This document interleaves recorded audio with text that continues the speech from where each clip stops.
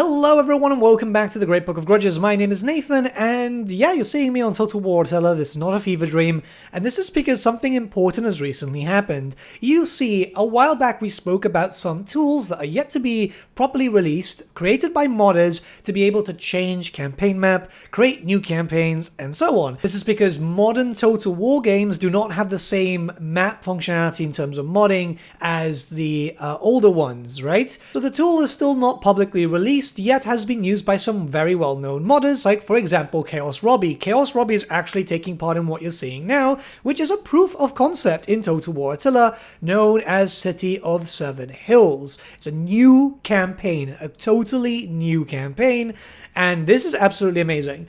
It's a little bit bare, but keep in mind, it's a proof of concept, but it totally works. You can see me. This is all my footage, not the footage that was released on YouTube.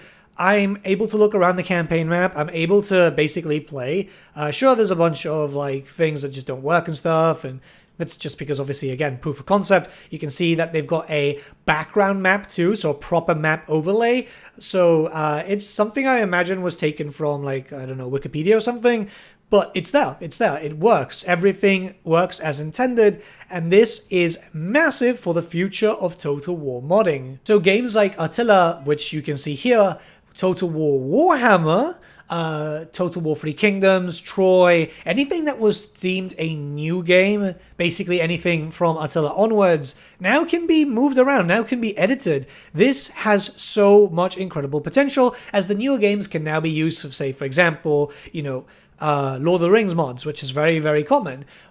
Game of Thrones mods, Warcraft mods, a lot of stuff that we used to see, or we still do see, in Medieval 2 modding, but brought up to a standard of higher quality in terms of, you know, mechanics. New mechanics can be brought in like this. Hell, they can even update models to be very high definition, as we've been seeing with a lot of these mods that have been coming out for the newer Total War games, which have been introducing units, but maybe they just couldn't really change the map just yet. This is now possible, and this is absolutely freaking insane. These tools were only really announced a fairly short time ago, so the fact that we're already seeing proof of concepts is just amazing. Yeah, it's a small campaign because it's just based on Rome, but yeah, massive. Everything works, everything. You can move around, you can form armies, all that type of stuff. It's just absolutely incredible to see this. I am blown away because the future of Total War modding is here. Put it this way, right? If modders wanted to, they could open up and Crush now and start putting in some settlements and moving some legendary lords around. At least that's how I interpret it,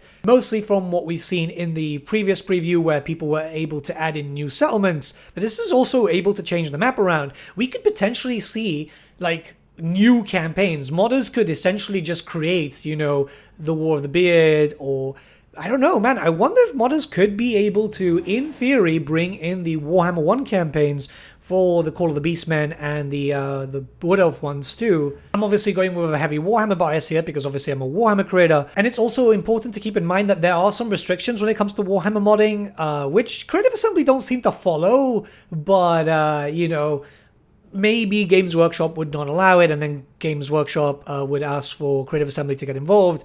However, you know, there's a really clear thing where you're supposed to keep the mods to Warhammer perspective, and we've seen like nudity mods, we've seen freaking, you know, World War I mods and stuff, so it'd be a bit hypocritical. Mind you, they did recently take down a few mods, well, not recently, a while back with the 3K assets and stuff, which is just annoying because it looked like it had a lot of potential. But again, we know of Lord of the Rings style mods which have been waiting for their own custom maps, but they've had amazing quality of units.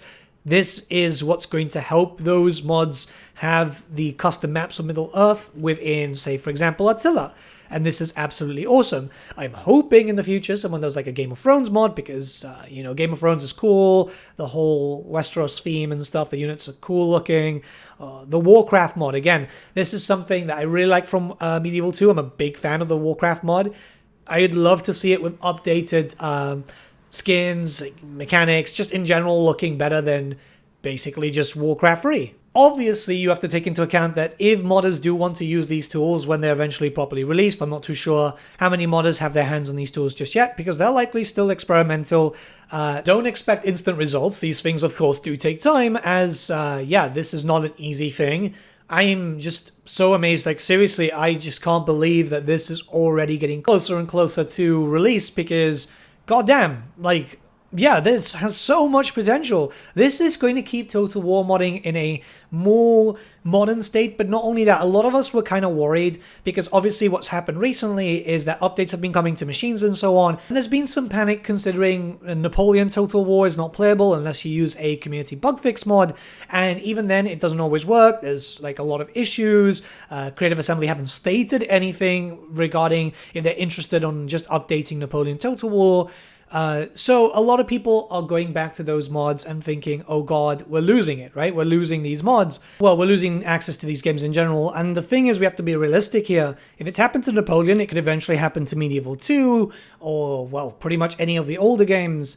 So there is obviously a reason to be a little bit worried. It's a bit of a shame that Creative Assembly just won't come out with a statement, or at least, which I do find really frustrating. I know I'm not the only one. But if they're going to be moved into a newer engine, it's going to take some time, a newer title, it's at least going to keep those things running, right? I've been playing around with this mod for around 2 hours or so, and it just makes me think, since we know that new settlements can be added in, this could potentially help out Total War Warhammer 3 and the Immortal Empires, as there are some places that could use a 4th and sometimes a 5th settlement, depending on the province, because some of the provinces just feel a bit too spaced, empty, it just feels a bit weird. So it would be cool. Hell, I might even dip my hands into a little bit of modding. I probably will fail at it because it's very difficult. I've tried, believe me. But yeah, this could be amazing if some modders could do that. Just add in a few settlements in some locations which are very much felt like that. I'm not talking about like Ind and Koresh. I'm talking about some areas within, say, for example, the Badlands, Nehekara, which is just kind of empty. A few places in Cathay could kind of do it too. Now, let's be realistic, and we have to, like, not be too hyped up, because at the end of the day, this is still very early days. These tools might not be publicly released for a while, or at least to the modders for a while. We already know some modders are obviously working on stuff, which is freaking amazing, but we're going to have to wait and see for the possible future. But I'm still excited. I'm still very much excited. I've been following the Lord of the Rings mod in Attila for a while. I should really make some content on the units because they look absolutely tremendous. The team behind that makes stunning pieces of art there. But really, I've been waiting because I'm more of a campaign player than a battle player. And that might take like a year or two, you never know.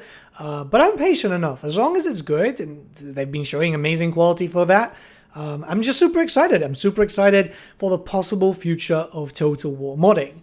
With all that being said, let me know what you guys think in the comments below. Let's start a bit of a discussion. What are you guys hyped up? Are any of you guys modders? Are you looking at potentially making something? Yeah, I'm curious to know, and I'll see you all again very, very soon. I hope you guys are having a lovely weekend.